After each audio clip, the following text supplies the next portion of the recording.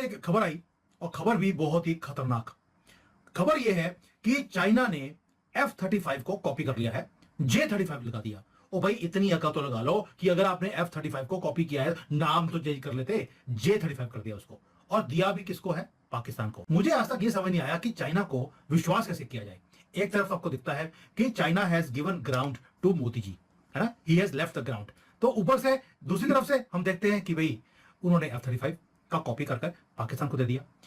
अब ये fighter plane बहुत ज्यादा इंपॉर्टेंट है, क्योंकि किसी भी रडार में ये आता ही नहीं है। ये 5th जनरेशन प्लेन है ये। कि भारत को आज की डेट में फाइटर एयरक्राफ्ट अराउंड 42 स्क्वाड्रन की जरूरत है। अभी हमारे पास सिर्फ 31 स्क्वाड्रन है। भारत के अंदर एक मैसिव शॉर्टफॉल आने वाली है और फाइटर एयरक्राफ्ट भारतीय वायुसेना जो 50 साल पुराने फाइटर एयरक्राफ्ट है वो भी यूज कर रही है। अभी पाकिस्तान के पास J-35 पहुंचा ही नहीं और भारतीयों का रोना धोना ऐसा है कि ऐसे लग रहा है कि जैसे पाकिस्तान ने ये तैयारी खरीद कर भारत पर हमला भी कर दिया है। भारतीय इसकी खूबियां बयान करते करते अपनी आवाम को इतना डरा रहे हैं, और आगे चलकर आपको जब वीडियो में दिखाएंगे तो आप भी हैरान रह जाएंगे कि अभी जो चीज पाकिस्तान के पास पहुंची नहीं, तो कभी ये चाइना को ताने मारते हैं कि चाइना के साथ हमारी LAC पर डिसएंगेजमेंट हो चुकी है, हम दोनों एक दूसरे के करीब आने वाले हैं। मोदी और शी जिनपिंग बाकायदा मास्को में मुलाकात करके आए हैं, लेकिन फिर भी चाइना ने हमारी पीठ पीछे खंजर घूमते हुए एक बार फिर एक ऐसा तैयारा पाकिस्तान को देने जा रहा है जो के रडार पर दिखता ही नहीं, जिससे इनविजिबल तैयारा कहते हैं, और फिर अपनी ही एयरफोर्स की बुराइयां करने लग जाते हैं। आज की इस वीडियो में आपको यही सब कुछ दिखाएंगे। कभी वो ये कहते हैं कि चाइना ये टेक्नोलॉजी चोरी करके पाकिस्तान को दे रहा है, कभी वो ये कहते हैं कि ये तैयारा पाकिस्तान के पास पहुंचा तो पाकिस्तान भारत का बुरा हाल कर देगा, वगैरह वगैरह। लेकिन सबसे अहम बात यह है कि अभी ये तैयारा पाकिस्तान इंशाल्लाह बहुत जल्द आने वाला है।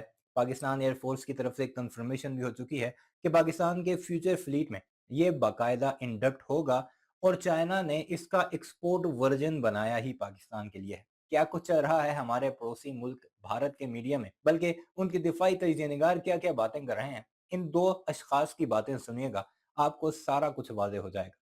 आपने 2019 में देखा था, हमने मिग-21 से हमारे जो फाइटर एयरक्राफ्ट चला रहे थे अभिनंदन जी, उन्होंने F-16 को मार गिराया। सर, इसके अंदर हमारी जो ये जो काम करिश्मा हुआ था, लोग ये बता रहे थे कि एक विंटेज कार को आप एक फॉर्मूला कार के साथ आप उसको भिड़ा रहे हो, ऐसा हो गया था। उसके बावजूद भी हमने अपना मिग-21 से उनके F-16 को उड़ा दिया था। तो मैं यहाँ पे इसके लिए बताना चाहता हूँ अपने दर्शकों को कि इसके बाद हमारे पास जैगुआर है, उसको रिटायर हो जाएगा, मिराज है, ये सब 40-50 साल पुराने एयरक्राफ्ट है। ये जैसे जैसे धीरे धीरे रिटायर हो जाएंगे, हमारे पास एयरक्राफ्ट बचेंगे नहीं। आज की डेट में हमारे पास 272 सुखोई 30 है, 36 रफाल है, एक स्क्वाड्रन तेजस का रहेगा। बाकी जो भी एयरक्राफ्ट है वो काम चला हुआ है, और हमें कम से कम 42 स्क्वाड्रन चाहिए, मतलब 756 जेट।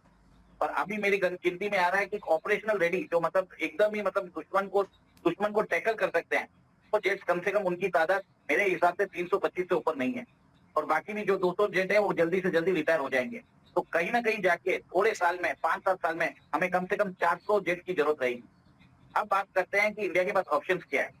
हमारा जो LCA तेजस है, जिसको हम 1974 या 1980 से हम लोग डेवलप कर रहे हैं, ये मतलब इतना साल हो गया, फिर भी अब मोदी जी की सरकार आने के बाद 2014 से उसमें काम होना चालू हुआ है।